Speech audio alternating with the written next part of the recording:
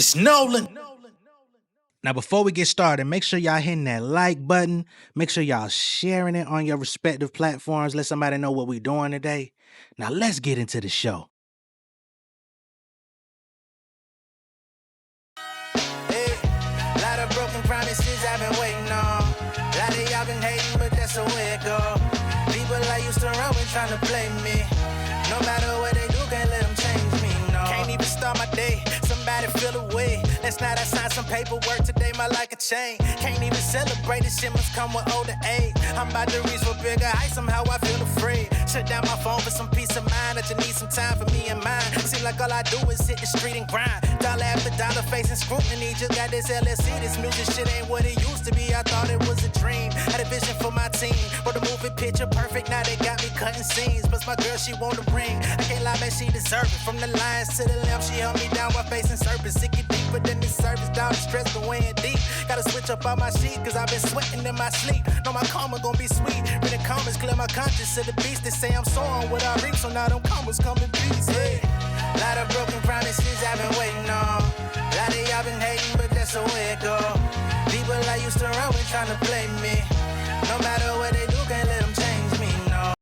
What's going on, beautiful people? It's the kid J Nolan here. Welcome back to another episode of Inside the Industry, your number one source for music, entertainment, commentary, and breakdowns. Hope everybody's doing well out there this Sunday afternoon going into the evening. In this video, we're going to be doing part 2 of the J. Cole hometown hater situation. And I want to just go ahead and put it out there. When I say hometown hater, I'm pulling that from the narrative of J. Cole's album, The Fall Off, where they get into on the safety record where J. Cole is being alerted to somebody that's running his name through the mud back home, talking shit, putting songs out, dissing, and then we get to the Poor Thing record where in the final verse J. Cole goes off and is calling a nigga a punk bitch, and I knew you before all of this, before you had your tattoos, before you started running with tough niggas, and before you had a gun, you know what I'm saying? Nigga, I'm back home in the Ville. We could square up. Come see me, but don't bring no guns.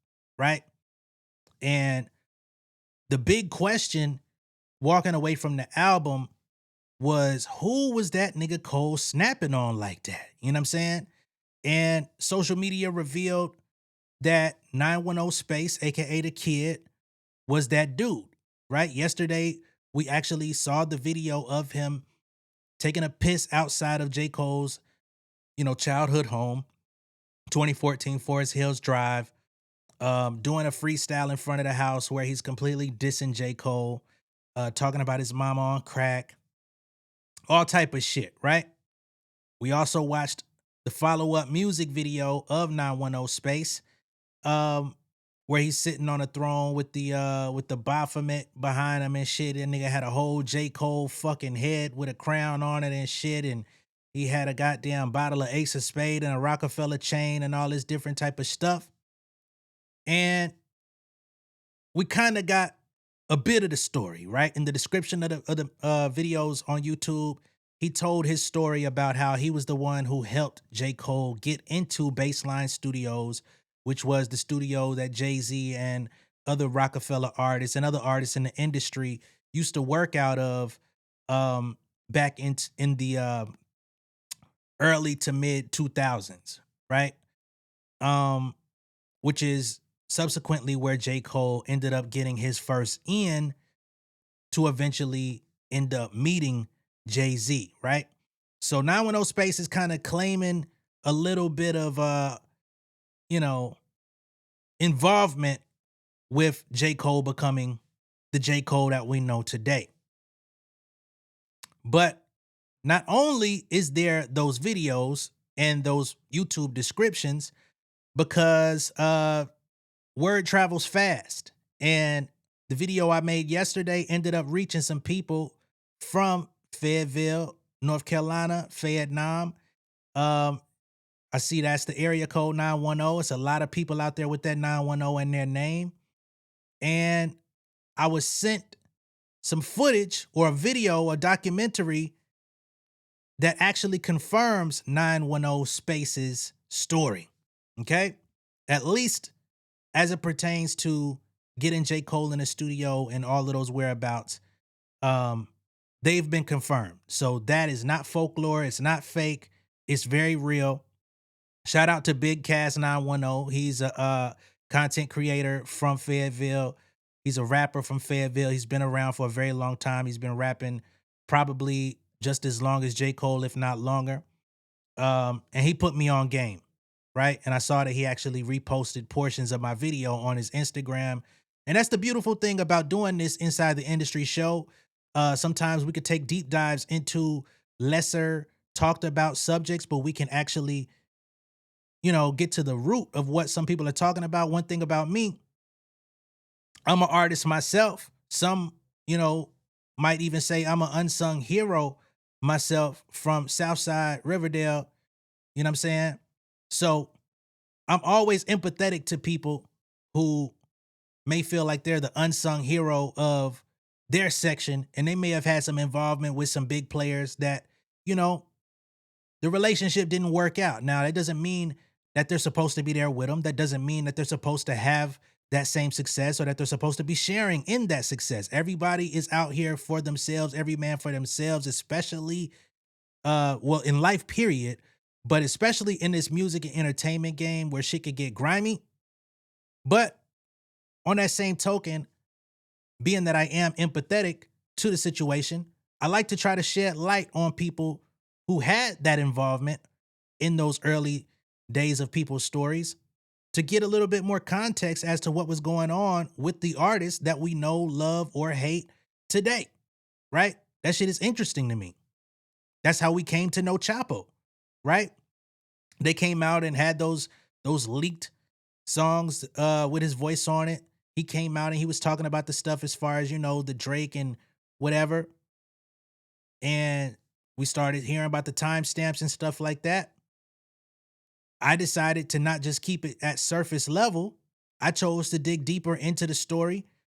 Somebody from his camp kind of fed me some information. And we ended up linking with Chapo.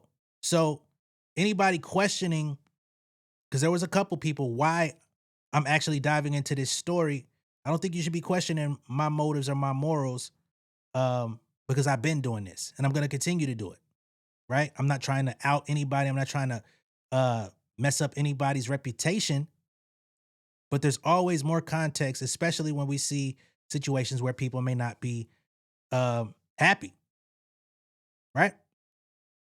So there's a documentary that's been put out called The J. Cole Story. It's housed on 910 TV, uploaded by Big Cass 910. And it gets into this early story of J. Cole moving from Fayetteville, North Carolina to New York, going to St. John's, I believe, pursuing his rap career, the whole nine, right?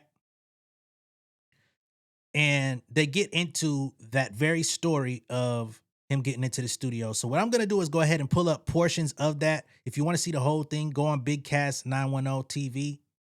But we're only going to talk about portions of it that are relevant to the story that 910Space was telling us in those diss records.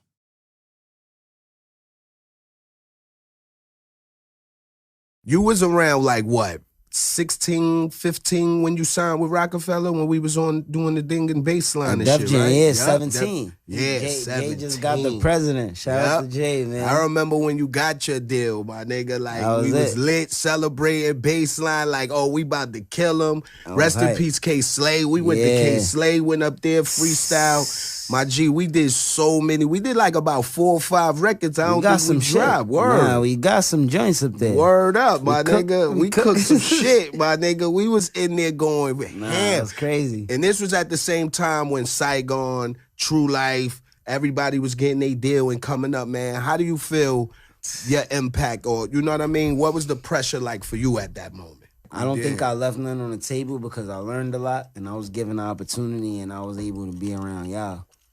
That helped me learn a lot, see a lot. I picked up a lot, even what.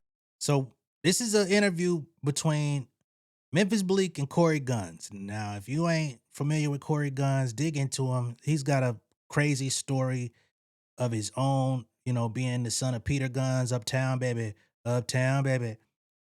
coming into his own as a 15, 16-year-old rapper, following in his father's footsteps, actually might be a better rapper than his dad. I don't even know if might be is a question.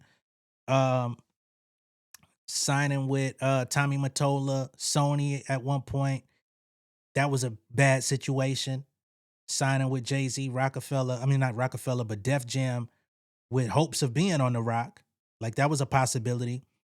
But ultimately, his father and his management at the time, or whoever the team was, they actually asked to get their release papers from The Rock and Def Jam so that they could pursue other things. He ended up falling under the wing of Lil Wayne. He joined Young Money. He was on the original A Milli, which was on mixtape circuit. He was taken off of A Milli. A Milli comes out on the Carter 3, blows up, goes crazy. So of course, by the time Carter 4 comes around, we get 6'7", featuring Cory Gunz. That was like the makeup. It was the consolation prize for staying down. You know what I mean? Cory never actually put out his official debut album, Cash Money, Young Money thing, but he continued to be down with Wayne for numerous years. But in this situation, they're talking about that Def Jam situation, and Cole's name comes up in this conversation. Being quiet or just being there and being around helped me see a lot. Like, but you was a quiet one day assassin. In the sessions, Cole's came through. Yeah. That's what Cole and Wale was just getting on too. You was around at the very beginning. They came to Baseline. Yes. Baseline was crazy, the Mecca. Man. What? Everybody was there. So I'm like, what? It's just blazing here. Any other day is random. Like Jay, I'll be in the lab them days. Jay put the call in and was like, yo, bro, I'm about to come up here. Niggas gotta go or whatever. Cole's first big break came when his manager at the time, Mike Rooney, would pull some strings to lead them to a meeting with Mark Pitts. Pitts was Biggie Smalls' former manager and By Storm CEO at the time, so he had a lot of industry connections. Rooney was the nephew of super producer Cory Rooney. They initially met at the notorious Baseline recording studios in Manhattan. Cole saw him as a well-connected person and would message Rooney on MySpace. One of the first songs Rooney would ever hear from Cole would be the song School Days, which was featured on Cole's second official mixtape, The Warm Up.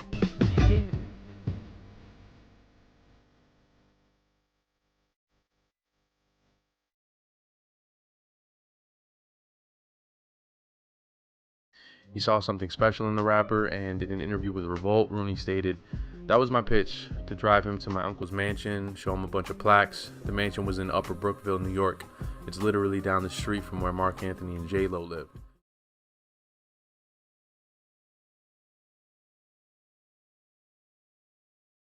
So they're confirming all of these little anecdotes and tidbits that you're hearing. This is from Google. Mike Rooney, J. Cole's crucial early manager. The third thing that really helped J. And Mike Rooney was actually the person who, or one of the people that was present that day when Space, and shout out to Rain 910. I want to also clarify Rain 910 is from Fayetteville as well. I thought he was from South Carolina. I was wrong. He's from Fayetteville also. Him and Cole actually came up together. They knew each other in the city. There's other interviews of Rain out there saying how him and Cole knew each other from back home in the skating rinks and rapping and all that different type of shit. So all of this stuff is starting to kind of come together in a way that I really didn't expect. But now I understand why Cole is responding to dude. Because if this was some bullshit or just a random nigga from Fayetteville dissing Cole, I don't think we get this reaction. But this shit is becoming pretty interesting, and Rain is also going to be mentioned quite a few times in this piece. Cole is networking. This seems to probably be the biggest key I've seen in all the interviews that I've been watching. So we're gonna dive into a Karen Civil interview where he talks about a few reasons of why he moved to New York, knowing nobody up there, and what his mind frame was with how he was going to network. Okay, so how did the Rock Nation deal, Jay-Z thing happen for you?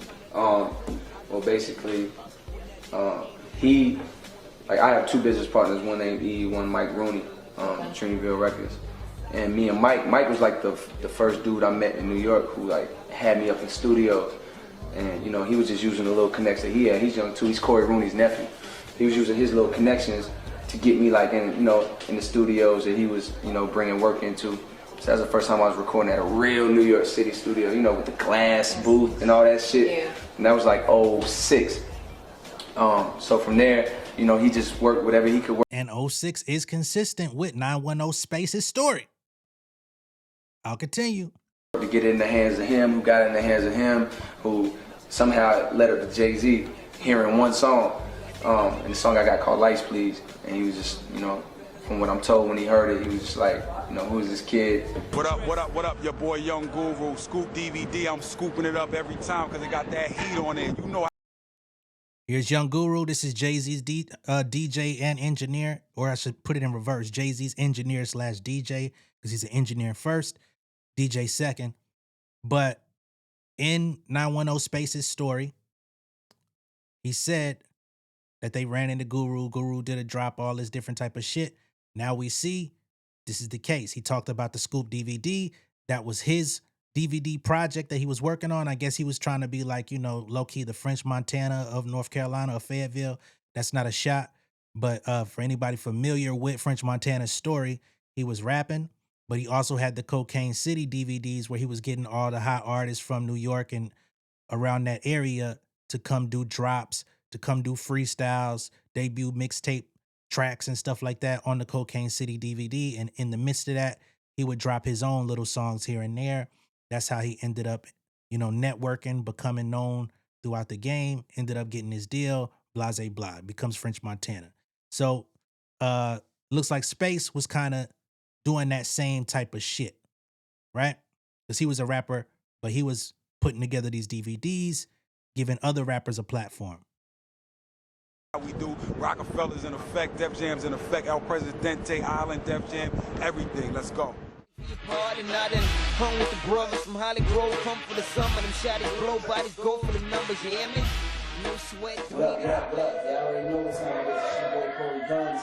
Rocking out with my homies Scoop DVD, Fayetteville, North Carolina, the whole North Cat. Shout out to the old 2-6 gang, militia gang, Rain, Traff, all my real thorough niggas holding it down out in Fayetteville. Y'all already know how I get down. Some militia gang, nothing but love. Niggas Scoop DVD, all that. Peace.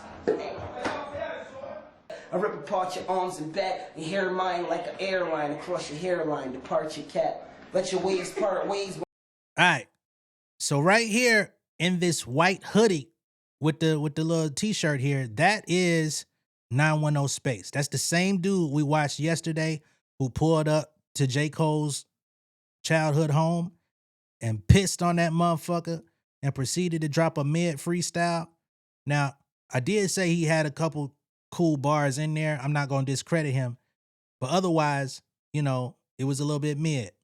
Nigga, damn near look like a mix of Big Sean and Carl Thomas, don't it? But that's him back then, all right? And next to Cory, looking back at him, is Rain. And he just shouted out Rain a couple seconds ago. So everything is falling in line, as he said. And he has his DVD footage to back it. And we're about to see Cole pop up. I don't know if you already saw him, but he's about to pop up in the background as well. Lurk spree, pay the price of dark days playing with them sharks, lay 24 on your shirt like RJ, but are they here for the games? Not hardly, bitch nigga, behind closed doors. All right, now we got Cole in the picture. He's in the background listening to it. And remember, they don't even know Cole at the time. He's going by the therapist. Well, I ain't gonna say they don't. Cory don't know him. And Space don't really know him either. Probably switch figures. The type snitch hit the bricks, lolly dick niggas. When it's war, we don't politic niggas. Let the shotty kick, karate flip, body twitch niggas. Widely rip niggas, definite, never know, probably stitch niggas. The more y'all gone, then I'm bound to get richer than the elixir in the picture. Off the rick to get you with your bitch and hit your rope and fold you with your ditcher. Yep, get Kodak and snap a picture. Yep, just to show you I don't give a fuck about anybody you came with. Fuck who your gang is, fuck who you bang with. Fuck your man and fuck whatever nigga he came with. Motherfucker is plain and simple. Stainless temple, brain with dimple, fingertip to pimple. Pop. What projects are you working on right now? Now this is Rain. So that was Cory Gunz, and he's, he just confirmed at the top of the video about Cole coming to the studio and all that different type of stuff. And we have video footage to back that. We saw Rain. We saw 910Space, who used to go by Kid at the time. We saw J. Cole, and he's wearing that fucking will produce for Jay-Z shit that he's always talked about, standing in the rain wearing that t-shirt trying to get beats to Jay-Z. So all of this stuff is locked in. Now check out what Rain says here. This is all part of the same DVD. Mixtape, $1 in the dream.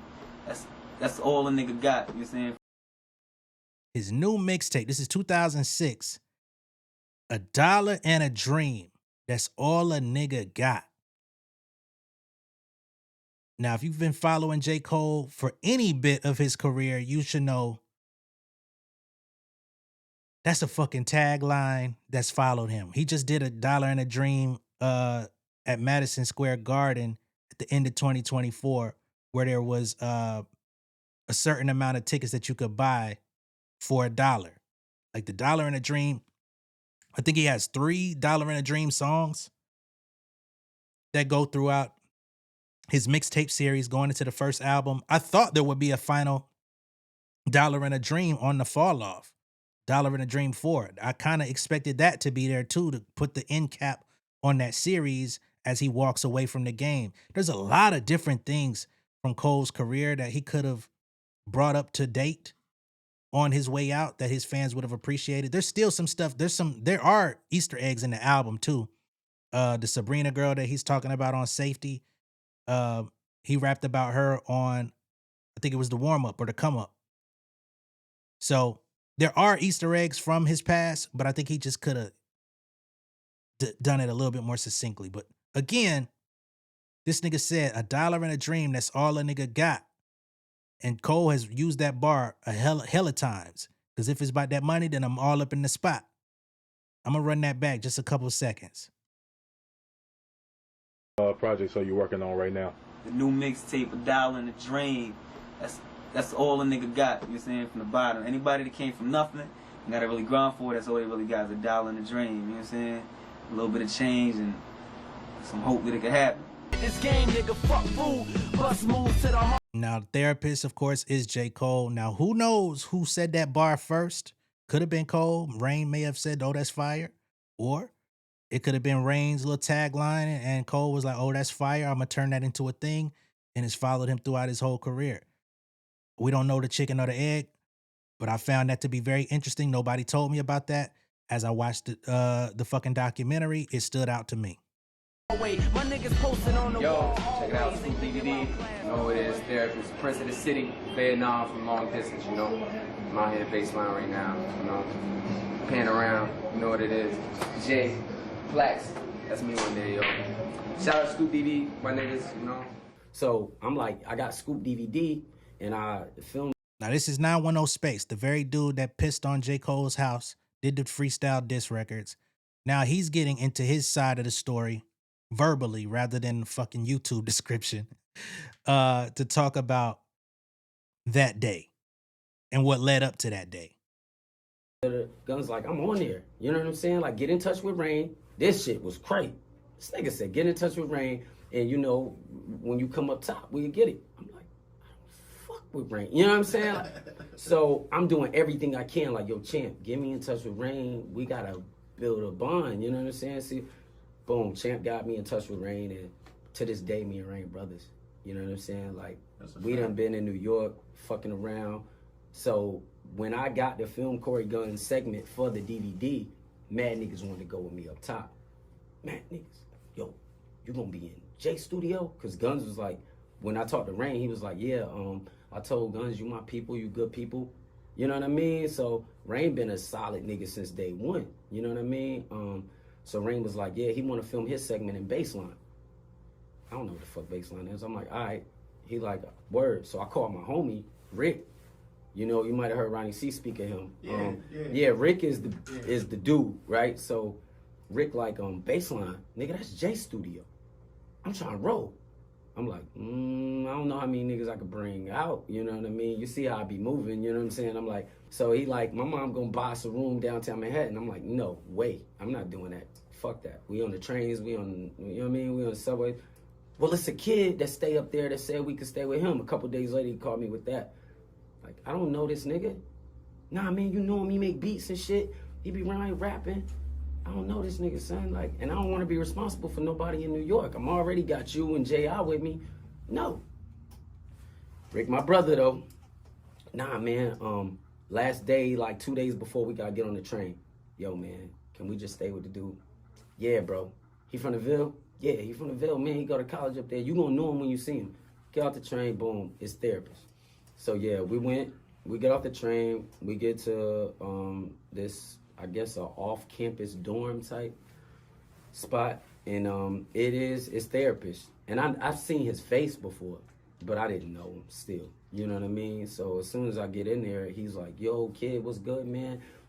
Now, I do want to point this out again, that he continually says he don't know Cole, right? So he's trying to solidify this interview with Cory Gunz. Cory Gunz says, yo, get in touch with Rain, because Rain was signed to Cory Gunz at the time. Their relationship has severed. But sticking to the script here. He's trying to get the interview with Cory Gunz. He says get in touch with Rain. He gets in touch with Rain. They coordinated to go out to New York, and they got to go to the studio to meet up with Cory Gunz to do this interview. They're trying to figure out where they're going to stay. One of his people says, yo, I know this guy up there. He's up there for school. We could stay with him. You know what I'm saying? First, he offered for his mom to get them all hotels. 910Space says, I don't want to stay at no hotel. I want to stay in the hood. I want to stay where it's real. Because he really wanted to stay in Harlem and try to get Dipset niggas on his DVD. Okay? Some of this stuff has been cut for, for brevity. But anyway, they get the word that the dude in college is willing to house them to do the DVD. The dude that's housing them is J. Cole. He says he finally sees him, sees his face. I don't know him, but I've seen his face around from Fayetteville, but he don't know him at all, really. Never formally met. He just recalls seeing him, his face. So they're not friends. They're not homies. They didn't grow up together. He's actually doing them a solid at this point to let them stay at his dorm so that they could do the interview. You the battle shit, boy, we finna get lit up here. This shit finna be like that. I'm like, you know what I mean? Like, we came here to rest. You know, like, I didn't say you could roll, you know what I mean? Like, but he had the whole game plan laid out. Yeah, man, I'm gonna skip school, and you know what I mean? I'm gonna roll with y'all. Y'all ain't gotta take the train. Y'all ain't gotta do this. This is therapist talk. This is Cole talking, therapist at the time. Y'all ain't gotta take the train, none of that. I drive my car. Y'all ain't gotta give me no gas, nothing. So I, pull Rick to the side. So at this point, he's offering himself to take them up there. They ain't got to ride the train, no bus. I take y'all up there, right? And of course, Cole is working his way in, trying to be a part of the, he like, shit, this is opportunity. They're going up there with Cory Gunz, but they're going to Jay-Z's studio. Let me be of service. Let me rub elbows. He's reluctant to fuck with Cole. He like, damn, nigga, I didn't invite you. What the hell? Who is you, nigga? You was just a means to an end, a place to stay. So this idea that Cole is supposed to be looking out for him or doing something like that, at this point, based on this part of the story, because they did continue to work together moving forward from the YouTube descriptions that Space put up yesterday. But at this current time where all of this is being set in motion, these niggas are not friends. They don't know each other. They have mutual friends, but they don't actually know each other on either end. Yo, what's up with your mans? Like, he inviting himself and shit. Like, I told you I don't want to be responsible. I said, y'all ain't been out in New York yet. And he up here, but I don't think, the way he talking, I don't think he been around the city. I don't want to be responsible for nobody else out here. I already got to look out for y'all. My people got to move out with me with y'all. This shit could get a little crazy. Man, let him roll. Rick being the angel of fucking 2-6, you know what I mean? So I'm like, we do got this unwritten brotherhood in Fayetteville, you know what I mean? So, boom, it is what it is. He rolling with us, you know what I mean? And when I said that, I got J.I. with me, I got Rick with me, so now I got therapists with me. We're going to do this.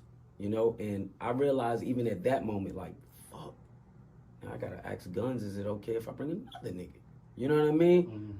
Going out on a limb. We all you know? been on those type of situations. Facts, right? So, but that's still that brotherhood, you know? If you my man's, you my man's. We good, you know what I mean? So I take a nap, we take a nap, we get up the next day, we go, every time I'm in New York at that point in time, I would go sit in front of Def Jam. That was my thing to do. But Gunz was in Def Jam, so we went over to sit over in front of Def Jam. I'm showing him Def Jam. Cole had never been, therapist had never been to Def Jam before. He said he never took advantage of that opportunity since he'd been up there. So we sitting in front of Def Jam and Guru walks out. I don't know who the fuck Guru is neither. You know what I'm saying? Because at this time, you need source magazines for that type of source of information. Rick used to read all that shit. You know what I'm saying? So Rick like, yo, there go Guru. I'm like, who the fuck is Guru? We hear Jay talking about Guru Facts. all the time. So he like, that's the nigga that Jay be like, yo, Guru. Da-da-da. I'm like, word. So he's patting himself down like this, and you know what that mean? Nigga looking for a lighter. Nobody smoke, but J.I. We used to get on J.I. all the time about like, nigga, you need to leave them shits alone, them cancer sticks there, especially Big Reese. He be bombing them for that shit. But this the time that I'm like, J.I., tell me you got a fucking lighter. You know what I mean? So J.I. like, yeah. I'm like, nigga, hey, yo, Guru, you need a lighter? Yeah. That nigga, that made him come at least 20 steps to us. Establish a relationship. Facts. So while he's sparking up his cigarette, he just stood, you know, when you're smoking, you're going to chill where you at. So he hitting the lighter, standing there with us, and he like, yo, what y'all doing? Just like shopping some music and shit? I'm like, nah, we here to film Cory Gunz. You know, he's supposed to be in there. We waiting on him to come out, and we got to film him in Baseline later on. Wow. This nigga says, I'm recording a session in there. So I'm like, oh, shit, this scoop DVD shit. That's is the section. lame. That's the section that you needed to be near. Facts. So I'm like, word. He like, yeah, Gunz should be down in a minute and everything. So, you know, I'm one of them dudes who push the shit an extra mile. Because I know that door of opportunity will close on you quick. So I'm like, hey, Guru, Jay be in there? Jay was the president at that time of Def Jam. I'm like, Jay in there? He like, nah, but if y'all stick around, Jay pull up around 7-ish, you'll see the Maybach pull up. And me again, pushing it another, you know, I'm like, everybody else mad quiet. You know, niggas ain't that talkative and shit. They just letting me go. And I was like, yo, you think Jay give me a drop? He like, hell no. He's like, man, Jay not giving you no drop, bro. He ain't doing no pitching neither. You catch him on a good day and say what up to you. He was like, but if you chill here, y'all will see him pull up. Fuck that, we chilling. Word. So he's like, I'll see y'all over there Baseline. He go back in, Gunz come down. I introduced Gunz, the therapist. I introduced him to Rick, everybody. He like, yeah, well, y'all finna meet up with Rain in the Bronx? Because I'm finna head to the Bronx. I'm like, Rain ain't even answered his phone all day. He like, I'll call him. So we got back in touch with Rain, but I was telling him at that time, we not going nowhere. We waiting until Jay pull up. Gunz was like, y'all niggas so down south. Like, y'all really finna sit? Hell yeah, nigga. So he was like, all right, I'll get up with y'all. So we stayed there, 7:05, 7:10, the Maybach pulls up. But Rain was the one to go. We thought Rain was out. So he was the one. So Rain the was golden child. Okay. You know what I mean? Like, and my relationship with Rain made it like, oh shit, like Space coming out too. Well, Kid at the time, like he got the DVD shit. He rap. He cool with Rain. You know what I mean? That's how we was moving at that time. Rain was the go man. Cole wasn't even a ranked beat maker in our city at that time. Mm. All right. So based on 910Space's story right there, he's saying that Rain 910, who again is from Fayetteville, he was signed to Cory Gunz. He went on to get involved with the URL. He went on to do writing for Dr. Dre. He's produced for a lot of people in the industry. And when I say URL, I'm talking about Smack URL, the Battle League. You see him at a hella battles. If you know who Rain is, this is him in the background. It's not clear yet because I paused it.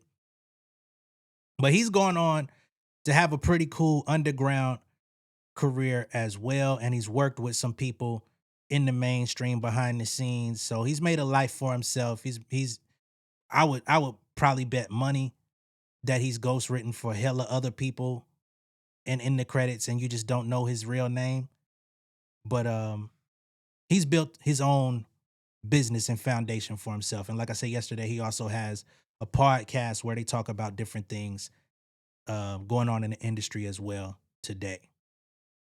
So here he gets a little bit into the situation with Cory, and then we're gonna get into his situation with Cole. What we was going at, and he was making it seem like I jumped ship. Okay. I stopped dealing with the militia, and I created First and Flight Entertainment. Okay. My own.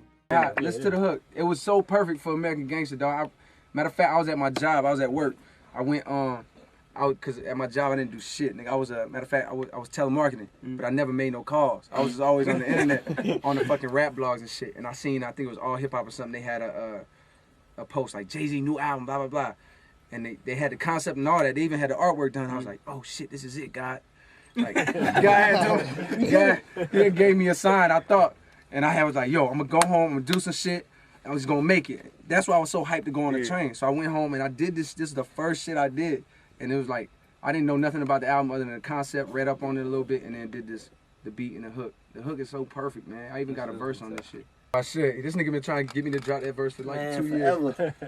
If Jay would have grabbed that CD. Might have been in business, man. You might have been in there a little bit earlier. Said crazy recorded. So this is like 2000, look like 2008, 2009. Like at this point, Cole is signed to Jay. He's in the studio with Rain. They're playing music, playing beats. I think Cole ended up producing some music for Rain at that time. For whatever reason, no songs never released. I wish they would have, because I would have used some of it in this video. But we'll move forward. We see the connection there. So all of the pieces are in play. The Cory Gunz thing, he mentions Cole coming through the studio. We got footage of Cole in the studio with Cory Gunz, Rain, and Space. We got the Space interview giving the context of how he got to New York, how he linked with Cole. They went to the studio, blah, blah, blah.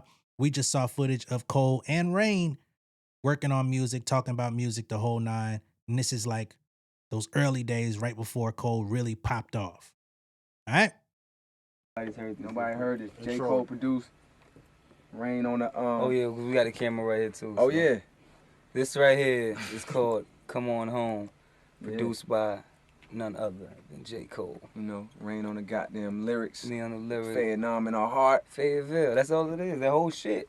That's big though when you really think about it. That's crazy, right? Yeah. Yo, you got it? What number was it? 6. Let's go. I'll play 2 though so they can hear it. Oh, yo, Ustream. Check us out. We're gonna play it for the Ustream. Matter of fact, I was home about a month ago. I dropped some beats off the Rain, and he hit me up the next day like, yo. Literally the next day. And he had something that shit on. was literally I probably the never email. met a harder working rapper. Man, I appreciate that. Shouts to Cordero. See you. He working hard out there. He's setting up the back to school drive for me. Yeah. Yeah. Do y'all know that everything that I'm just now doing, like the Tony Touch shit, the Green Lantern, the even the fucking Enough Shit Tonight, everything that I'm doing, Rain either he already did or he's doing, you know what I'm saying? And he don't have no deal, so he been doing this. Like he was in XXL way before me. You know what I'm saying? That's big. Appreciate it, man. Grinding, man. I also, I keep up with a lot of stuff, industry stuff. I was hearing that there were actually a couple years back, like even when Cole first got signed, and then after that y'all were gonna jump together and he was trying to sign you. Was there any truth to that? Yeah, it was truth to that. So man, can I ask what happened? Because I always went like, what? And then, it didn't work out the way that it did. Yeah, I mean, he flew me. He was working on the Born Center album. He flew me out to LA, and he asked me. He let me know he was starting his label or whatever, and he asked me, was I interested in being a part of it? Dreamville? We're talking about Dreamville? Dreamville. This is the second album. He's working on the second album, and he was starting Dreamville, and he wanted me to be a part of it. And I remember telling him, like, let's vibe, let's kick it. Because I'm not the type of person who just jumping at any opportunity just because it's there. Sounds good or it looks good. Yeah, right. So let me come around, let me see how y'all work, let me see how y'all vibe and whatever. So he flew me out to LA, and we had a great time, man. We had a great time. And it was just a lot of things that I feel like he didn't keep his word on that turned me off from the situation. I ain't gonna lie. And please believe I've been seeing y'all comments. A lot of folks right now are looking at J. Cole funny because right now the narrative is that J. Cole don't keep his word when he say he's gonna do something for people. Okay? Now with 910Space, the story from him goes, after the studio, after all that, he gets his deal with Jay a couple years later. Cole reaches back out to him and is like, bro, we're doing the mixtapes. Got the album coming out. I want to get my footprint back in Fayetteville. Help me get into clubs. And I distinctly remember this time because they talked about it on the Inevitable series of how J. Cole was going back to Fayetteville or going back to North Carolina for those CIAA weekends, for the college basketball shit, the tailgating, so that they could pull up and pass their mixtapes out and gear up to try to like build momentum. So Space claims that he was helping J. Cole during that time period. He claims he also helped J. Cole with some street business that was going on for some niggas that wasn't fucking with him, some trouble he got into that he de-escalated. And eventually,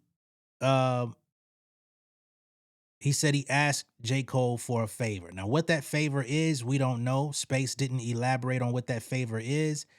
He claimed that he was going to put out a DVD or not DVD, but a documentary getting into some of the more inner workings between himself and Cole. In this documentary, it doesn't fully get to it. So I am still worried. Well, not worried, but I am looking forward to seeing what else there is, like what that favor was that he asked for. But Cole never delivered on it, and they fell out. Now, with Rain, Born Sinner was what, 2013? So him and Cole remained solid from way back up to 2013. J. Cole is getting ready to formally get Dreamville off the ground, trying to sign artists and build his business. He offered Rain the opportunity to work on the album and sign with Dreamville. And Rain had some reservations. He said, let me just come around and see how y'all moving before I make any final decision. And from there, he says J. Cole didn't keep his word with some shit, which ultimately ended up turning him off, and he decided to decline the offer.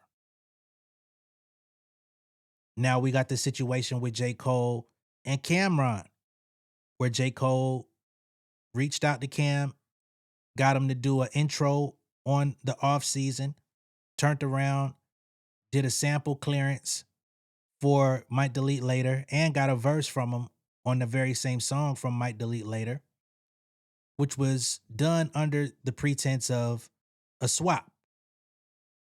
You know what I mean? I get you on my album, da-da-da-da, and in return, I'll do a verse for you. J. Cole never delivered on the verse. Cameron is contacting him, trying to see what's up with that verse. Never happens. Cam says, fuck it. I'm about to launch a podcast. Just come do an interview with me. J. Cole says, no problem. We could do it. Cam continues to check in with him about the interview. Interview never comes to fruition. Battle pops off. J. Cole goes into silence. So, of course, he wasn't going to talk about the battle. No interview. Cam got tired of waiting. Maybe Cole would have gave him the interview for the fall off. Who knows? But Cam's lawsuit came out last year before this was announced. So, yeah, the narrative on Cole right now is, you know, he don't always do what he say. And we have this footage. I don't even know what year this interview took place between, Rain and this young lady on Foxy 99. But he said it out his own mouth. And you know, when you feel it yourself, if something's not good for you, you have to walk away. Because some people will just take the opportunity, and not every opportunity is a good opportunity. Yeah, but I don't have any bad blood towards Cole. You know what I'm saying? Right. He might have his reasons for whatever. You know, I don't know. You think you'll ever work with him though? Like do music together, like down the road? I mean, you know, anything's possible right now. I'm not interested. But down the line, anything is possible. That nigga Rain said, "I'm not interested." All right, maybe one day we'll get to a better place where it can happen. But today, no. So there we have it, man. That's pretty much the story of J. Cole, 910Space, Rain. Again, there's other people from that time period. J. Cole shouts out Bomb Shelter all the time. He talks about them on the album. Filthy, I think it's Filthy Rich and Nervous Wreck. You know, they were the ones in Fayetteville, North Carolina that actually introduced J. Cole to the studio.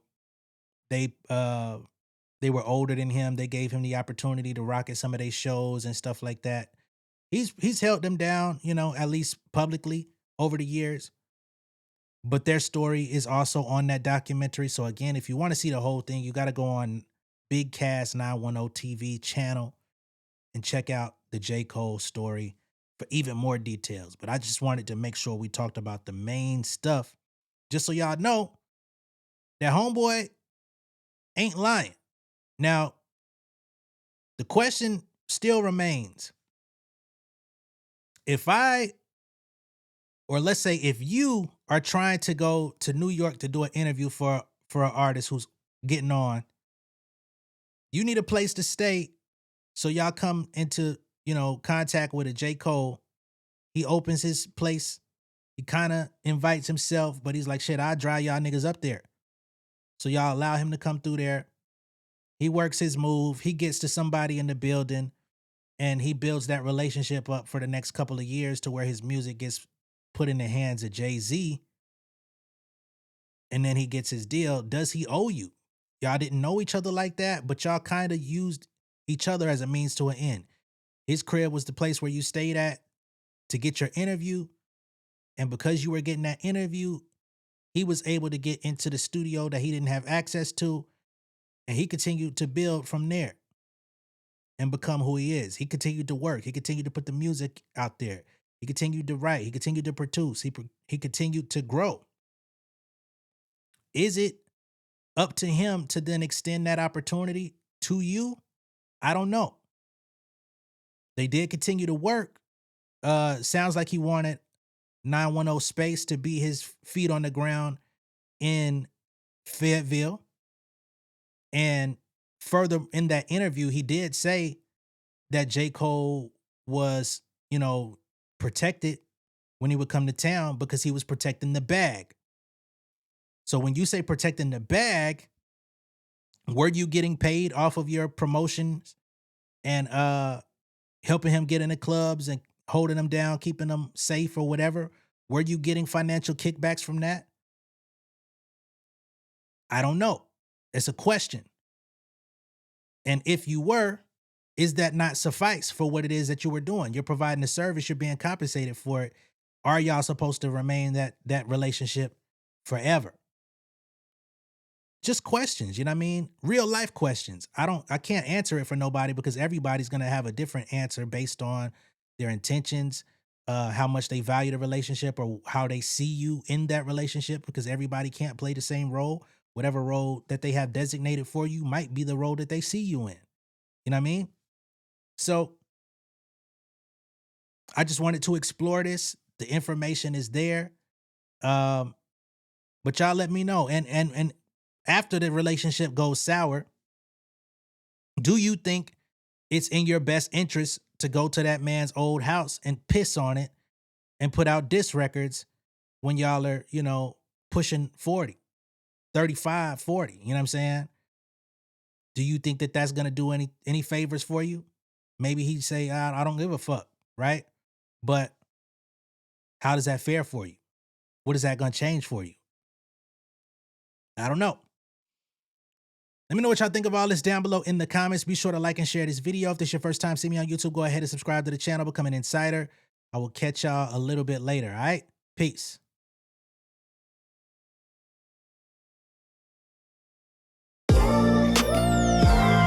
Yeah, family over fame in this bitch, yeah. The glory of living righteous is setting in. My street knowledge and education's a perfect blend. Young mogul, independent, I've been setting trends. The first one from my family to be faithfully wed. Fuck niggas and the horses that they riding on. I see this shit from all angles like a polygon. I'll never politic and the drama be piling on. Father and great son acknowledged like I'm Bobby Bonds. Conversation with my lady about the paper route. 5-6 bank accounts, every day I make it count. They down talking my commentary for hating now. Well, I can take it cause I'm bodying your favorite now, please. I can do this shit in my sleep. I been writing for these niggas, y'all read it and weep. I been fighting these niggas if you speak on the street. I'll turn your birthday party into New Year's Eve. Don't let me take it there. We ain't playing fair. This the ATL, Southside nigga moving furniture like Wayfair. Life on hold, no insurance for your healthcare. Lifeline gone, so you wanna be a millionaire? Well, let me tell you about this world I built. The women I dodged, the niggas that I read for filth. The